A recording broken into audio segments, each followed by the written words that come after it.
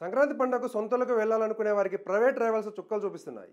RTC బస్సులు, రైళ్లు టికెట్లు ఇప్పటికే పూర్తిగా నిండిపోవడంతో ప్రైవేట్ ఆపరేటర్లు ఇదే అదునుగా ఛార్జీలు భారీగా పెంచేశారు. కొన్ని మార్గాల్లో విమాన టికెట్ల ధరలను మించి బస్సు ఛార్జీలు ఉండటం ప్రయాణికులకు ఆందోళన గురిచేస్తుంది. సంక్రాంతి పండుగ జనవరి 13, 14 తేదీల్లో రానుండగా దానికి ముందు వారాంతం కలిసి రావడంతో జనవరి 9, 10 తేదీల్లో ప్రయాణికులు తీవ్రమైన డిమాండ్ ఏర్పడింది.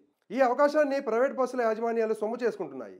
ముఖ్యంగా హైదరాబాద్ నుంచి ఆంధ్రప్రదేశ్ ప్రధాన నగరాలైన విశాఖపట్నం, విజయవాడ, రాజమహేంద్రవరం వెళ్లే బస్సు టికెట్ ధరలు ఆకాశాన్ని అందుతున్నాయి. హైదరాబాద్ నుంచి విశాఖపట్నం వెళ్లేందుకు ఆర్టీసీ బస్సులో టికెట్ ధర సుమారు రూ.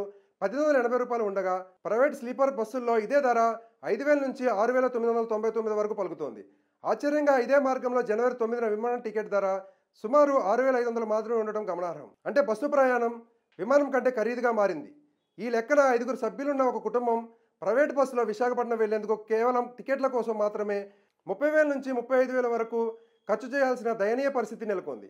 పండగ రద్దీ దృష్ట్యా ప్రభుత్వం ప్రత్యేక బస్సులు, రైళ్లను ప్రకటించకపోవడంతో ప్రయాణికులు ప్రైవేట్ ఆపరేటర్లను ఆశ్రయించక తప్పడం లేదు. ఈ దోపిడీని అరికట్టేందుకు అధికారులు చర్యలు తీసుకోవాలని ప్రయాణికులు కోరుతున్నారు.